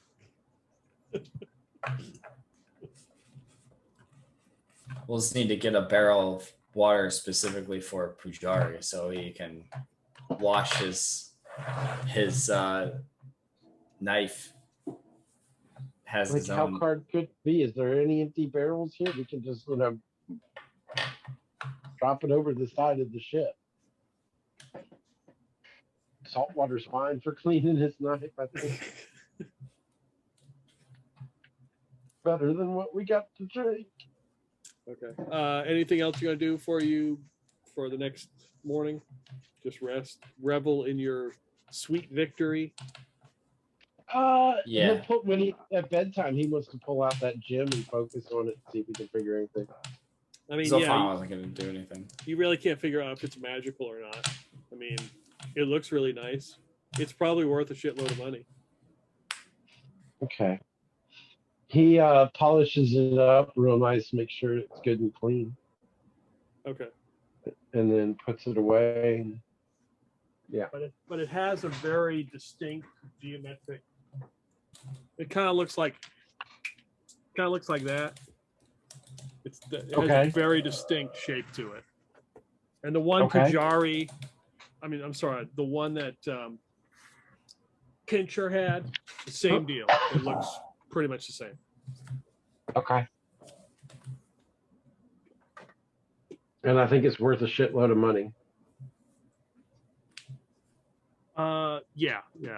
I mean, I definitely like Basil. Definitely likes a shitload of money. So if that is all you're going to do, then we could wrap it up right there as you guys rest, and Joe Fan enjoys level 2 as he has made it that far. Woohoo! Sweet. Thanks for running. Oh, thank you for playing. Yeah. I thought Roland would last longer than 2 freaking rounds. I thought it would be funny to bring him back because, in session 17, he was with a party, and that's when Dustin and Ernie decided to attack them, and he didn't realize that you were attacking him because of the way you were doing it, because he thought one of his own party member ended up like shooting a fireball at him and catching him in it. But he was an 8th level ranger. Oh yeah! Really? Wow. Yeah, and what happened is that spider, the Black Widow spider, which I randomly rolled. The first thing I rolled, was a green dragon, and I'm like, dragons are rare enough. I'm not throwing a green dragon. So it was a Black Widow spider, which I thought would be pretty funny since you fought spiders before. And it was supposed to be 2d6 plus poison. I'm like, that's just one shot. They're going to be dead.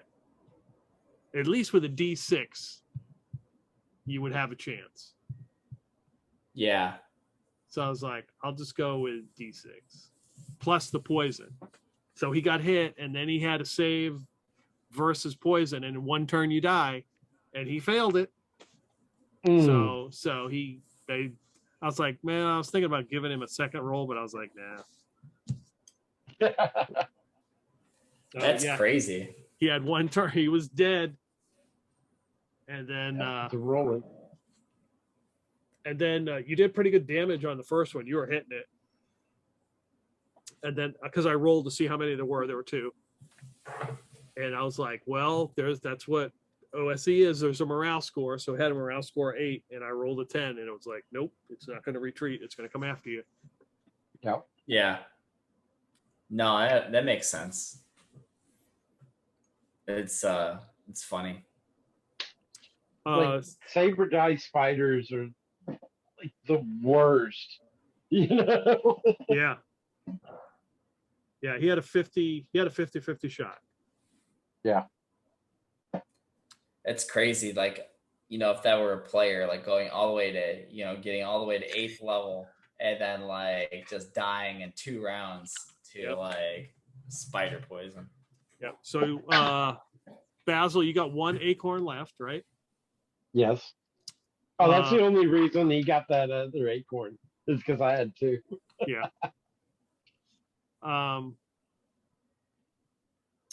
So the magic, so the item that you got, Dustin, that I randomly rolled, the Kuana, however you say that. It's kunai, thank you. It's a +1 weapon. It does 1d6 +1 damage. It's lucky, so once a day, when you use it, you can basically re-roll your attack. Cool. But the catch is you have to use it with clean gloves. Well, it's got like a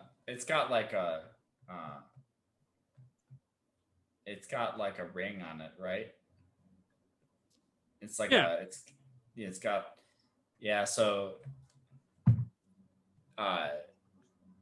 maybe Zorphan would like start practicing like tying it up on a rope and like using it at range. Okay. I'm down with than like in a dagger. Yeah, I'm down with that. However you want to figure it out. That's kind of what they are. You sort of whip them around and you can, throw it out and then pull it back and do it again. Yeah. I remember they used them a lot in the new Mortal Kombat movie. And Paul, if you want to know what your thing is, or if you want to find out in game, that's fine. However you want to do it. Up to you. I was trying to figure that out in game. Yeah, I mean, I wasn't trying to frustrate you. It is a magic item. Okay. That is actually useful. Okay. It is very useful. I just need to figure out what it is then. Yeah. The short answer is ask Pujari because he could probably figure it out. So you could probably ask him. We could RP that next game. Yeah, just remind me. And I don't think you don't quite have enough experience for 3rd level yet, Basil. You're close. I'm close? Sweet. Let me look. Yeah, I think I'll probably roll a 1 on the hit points. You've done good keeping this character alive. I mean, all I've done is play the cowardly trait to the hilt, right? Yeah. Yeah, I mean, that's how you stay alive. Yeah.